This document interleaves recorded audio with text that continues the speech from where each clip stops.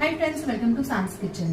Friends, आज ना आपण अगदी गावरान पद्धतीने आहे ना धपाट्याची रेसिपी करणार आहोत. अगदी साधी सोपी आहे. घरातले अगदी थोडेसे इन्ग्रेडियंट्स यूज करून झटपट होणारे आणि तितकेच चविष्ट असे दही धपाटे आपण करणार आहोत. आता हे धपाटे तुम्ही ना प्रवासात सुद्धा नेऊ शकता.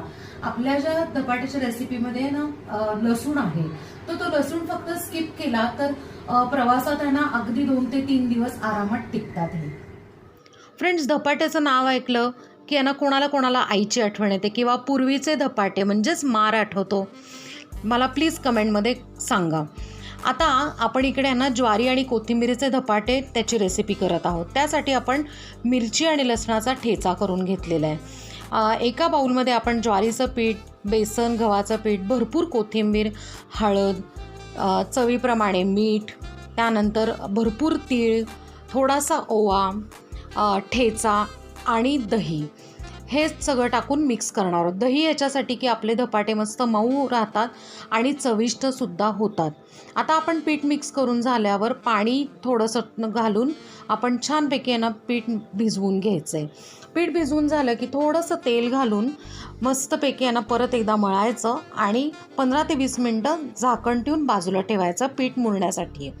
त्यानंतर आपण या पिठाचे ना एकसारखे गोळे करायचे, म्हणजे एकसारखे धपाटे होतात आणि घरातल्यांमध्ये भांडणं होत नाहीत. चला, जोक सपाट.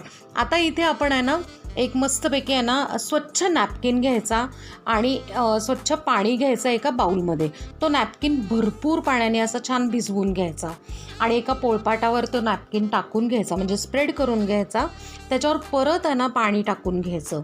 धपाट्याचा एक गोळा घ्यायचा आणि पाण्यातनं हात भिजवून काढून धपाटा छानपैकी ना आपण थापून घेणार आहोत.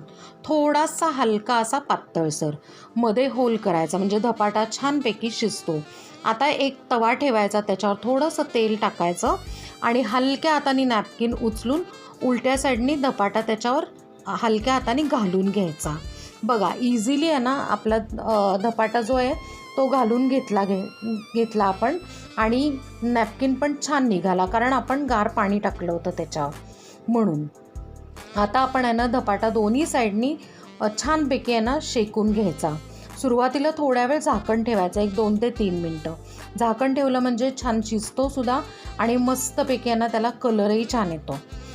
आणि इकडे धपाटे सगळे झाले की मस्तपैकी ना बटर, छान लोणचं आणि घरी लावलेल्या ताज्या दहीबरोबर सर्व करायचं. थँक्यू.